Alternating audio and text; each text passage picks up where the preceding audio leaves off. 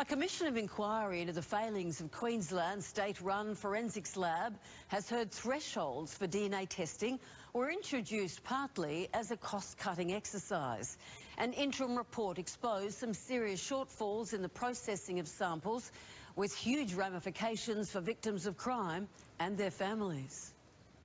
A step towards correcting a DNA debacle, which has potentially jeopardised the outcome of thousands of criminal cases. I think this inquiry is the most important event the criminal justice system in Queensland has ever seen. How and why potentially crucial DNA evidence was overlooked is at the centre of the Commission of Inquiry.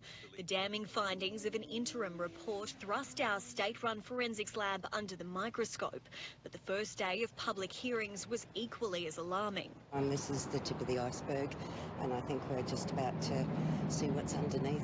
The inquiry heard a decision in 2018 not to further process DNA samples under a certain threshold was essentially a cost-cutting and time-saving exercise sold to senior police who had little scientific knowledge. They all effectively say it will be faster and it will require less resources, so it will improve turnaround. We don't have to spend money testing these samples, and we can spend the money somewhere else, and we can use the time somewhere else. That's what they say it 6 times. Staff at the lab told the hearing when they raised concerns about changing the testing process with management, they were ignored. I'm quite concerned if this is day one and if this is already what we're hearing. I'm really concerned about what's to come. If the lab had stuck with that initial testing threshold, up to 10% of cases classified as insufficient for processing could have led to a positive identification or even potentially changed the outcome of legal proceedings. 2 senior staff members at the lab have already been stood down.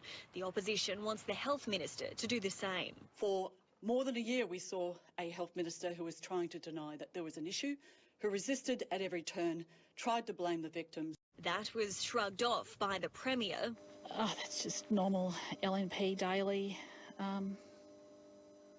what they do. But she won't be able to do the same with this DNA scandal. Samantha Butler for 10 News First.